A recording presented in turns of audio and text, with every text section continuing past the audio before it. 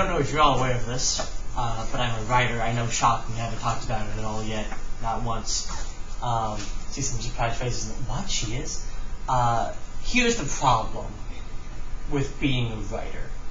The problem with being a writer is that it is 2018. Luckily, there are plenty of articles that you can find on the internet telling you all of the wonderful ways that you can really be successful as a writer in the year 2018 or 2017 or 2016. They really just repeat themselves every single year, usually getting advice from some writers that you've never heard of and will never hear of again after the article has concluded. In this particular case, I have taken the support of one author, Annick van Dijk, author of the next web article, How to Make It as a Writer in 2018, According to Writers. I didn't choose this one because it was particularly stupendous or because it had such amazing advice in it. I chose it because it is a microcosm, an example, a perfect little summary of what basically every article of this type has ever said and will ever say. Here's the main problem. It ain't how it used to be for a writer. And I know I sound like an old crotchety grandma when I say that. I ain't how it used to be, but it's true. I mean, go back to Charles Dickens' times, and that guy was getting paid by the line by these magazine companies who desperately wanted writers and good writers to submit stories to their magazines. And writers could get really popular just from that and have their own little groupies in old London or wherever they happen to be who just absolutely loved their work. Not everyone was a Shakespeare, obviously, but even going into, like, the early 1900s, writers had a bit more influence. I think that's because most of the entertainment that we were getting at the time was through writing. At first, books, and then plays, which is just a sort of form of writing, and then through magazines or newspapers or whatever. And now we have so many other avenues of entertainment that writing has sort of gone by the wayside.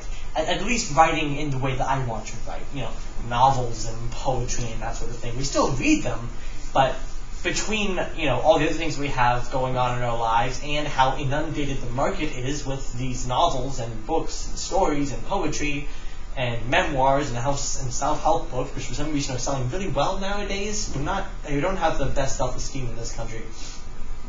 It's tough. But here's how 4 writers have told me that I can be a better writer. Change the title from writer to media producer. Because apparently, if people think you're a writer, they won't listen to what you say. But if you produce media, they will. Which I think sucks. I think that the idea of just giving yourself a different name is deceptive. Thank you, Brockett. Should never let anyone do my job for me. It's deceptive because I'm a writer. I do produce media, and that media is books and stories. And maybe I want to make other media. Maybe I want to make art or music. But I am a writer, gosh darn it. Why should I have to leave myself to say anything else? Do I really have to? Now, of course, when they say this, they mean that you should produce media online. You should be active in social media. But that's like saying, if you're an artist, you should also talk to people. Yeah, I guess so, huh? I guess you should do that. The second writer who was interviewed for this story says, the bigger the community, the easier it gets. And this is probably the best advice from the entire article.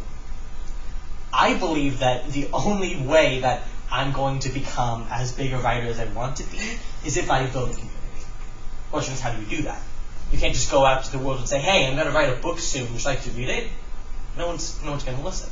But that little thing I mentioned earlier called social media can probably help a little bit. If you ask me, I think that I can create an interesting name for myself. I don't like the words we use nowadays. I don't like the words influencer, which I think is something that I'm going to talk about in the next slide or so. But it's complicated. I'm not entirely sure how to describe what my plan is. But my plan primarily involves being kind of a whack job. You guys know me. I'm already a bit of a whack job. Look at me. I'm talking up here. I wear flannels every day, and I use big words like, the first one that came to mind was Deuteronomy. I don't know why. That's like a biblical thing. And I speak fast, and I write strange poetry. I think that's a good start. I think a certain level of anonymity might also help. Just creating a platform for myself, writing these short stories and poetry, maybe getting some traction from that, and just being a mysterious online presence, I think will help build community. I don't know if this is making any sense to you guys. It makes sense in my head, but it's so hard to explain. I'm just going to go to the next slide, I think. Be open about what you're working for, which goes pretty much against the thing I just said. What this writer is trying to say in the article is that you have to be open about what you're writing about, but almost like too open.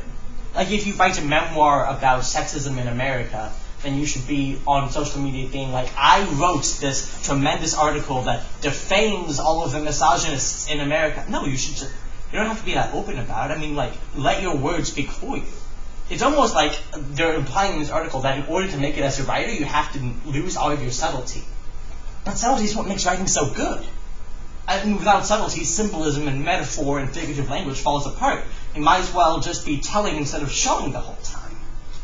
I mean, it's a ridiculous premise. Things have to have nuance. At least in my opinion. Oh, and there it is. Writers are becoming inspirers. Now, you know what they mean